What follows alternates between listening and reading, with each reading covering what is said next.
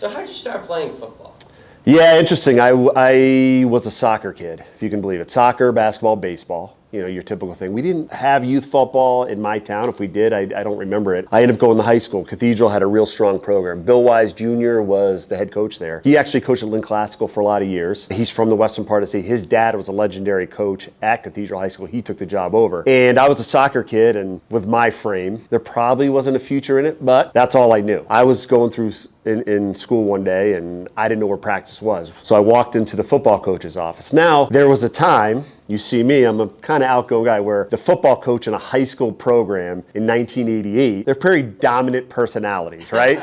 It's a little different era of football guy. Bike shorts, bike pants, the tight bike shirts, like you're different guys. I walked in and he was sitting, his back to me, and I, excuse me, coach, and he was a classic gym teacher, AD at the time. I said, Coach, I'm looking to find out, hey, where's soccer practice? I'm going to tryouts. And he stood there, he didn't respond, and I'm sure it was 5 or 6 seconds. It felt like forever before he turned around. And he had that old swivel chair, that leaned back. Swiveled around and leaned back, and he looked me head to toe, which he always did.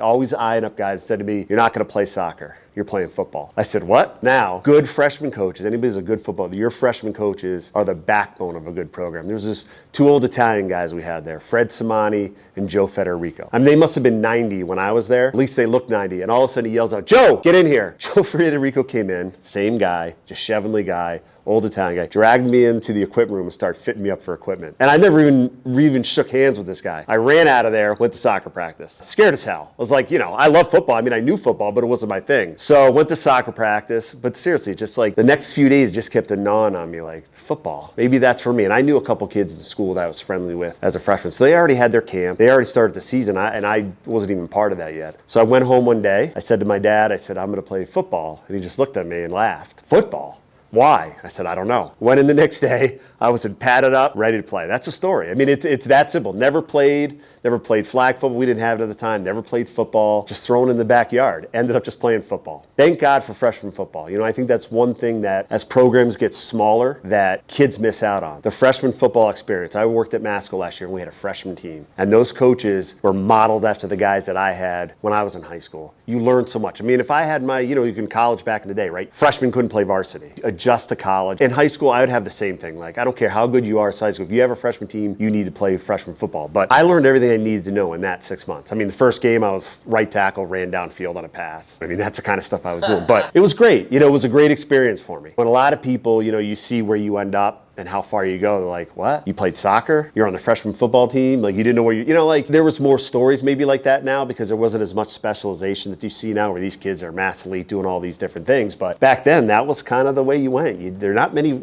freshman kids that played, but that's kind of my story. I got started and, the rest is history. The program was great. When I was there, they went to 3 Super Bowls in 4 years. Wow. Won 3 of them. What Bill Wise was doing when I was in high school, like the stuff I did in college and stuff I did in the pros. And I was fortunate too. We had a lot of good players. The classes before me, Harvard, BU, Northeastern, Syracuse, UNH, on and on and on. Division I scholarship players. So we had a lot of schools coming in. So as an early kid, like watching these kids play and at the level they were at and kind of seeing colleges come in, wasn't on my radar, but I was surrounded by that. Weight room programs where it was, 4 days a week and there was dedicated to it that you didn't see as much back then in the high schools like you do now where it's pretty much a standard thing. So yeah, that was it. That was my introduction. I was a soccer player then to playing football. So when did you know I'm actually kind of good at this thing? Yeah, you know what? I don't know because I just love playing. I found that when I made that transition to football and a lot of guys, the locker room, the teammates I had, friends I made, I loved it. I guess I would say like my junior year, the recruiting thing was much different back then. Yeah. Everything, unless you were a real top recruit, whereas most kids now are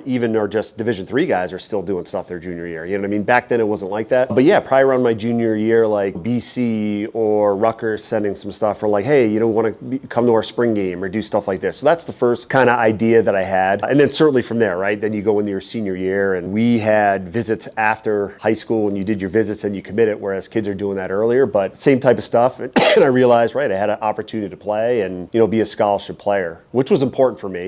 Being from where I was from and working class, that was most important for me, not having to have my parents play for college. As I go through that now, kind of that burden. But, probably in my, junior year, into my senior year, I said, all right, I'm a pretty good player, right? I'm playing for a pretty good team. I've started for a couple of years. I had a thought that I had a chance to play in college. Yeah, at that time, though, I want to ask, Who Yeah. were some of the best players you played against in high school? Trying to think who we had a big rival with Central at the time, but they were just a budding, rivalry. We would beat them a lot. That certainly has changed with that program. Westfield had some really good players. They were a powerhouse back then. It used to be us too. Northampton was a very good program. We usually kind of dominated the college guys that went on to that second level in the area. Holyoke was good when I was there. A kid by the name of Westbrook had a good players there. But usually, those were our rivalry type games. We were kind of that dominant force there. And we were similar, like we were a private Catholic school, so we were disliked like some schools are around here. And at the time, it didn't make sense. And now I'm on the other end of it saying, oh, okay, I get it. There wasn't a town of cathedral, you know what I mean? Yeah. We had kids from Connecticut that played on the team. But yeah, I played a lot of great players there. And certainly on this side at that time was, I believe, those Brockton years. They were at the kind of top then. That's when we had some really good teams, and we'd scrimmage them, and it was, eye-opening. Good players, but man, we'd have some battles, But yeah, it was a good year for us in Western Mass. We had some pretty good teams out there. But all those teams, they had a lot of good players that went on and played at different levels of college.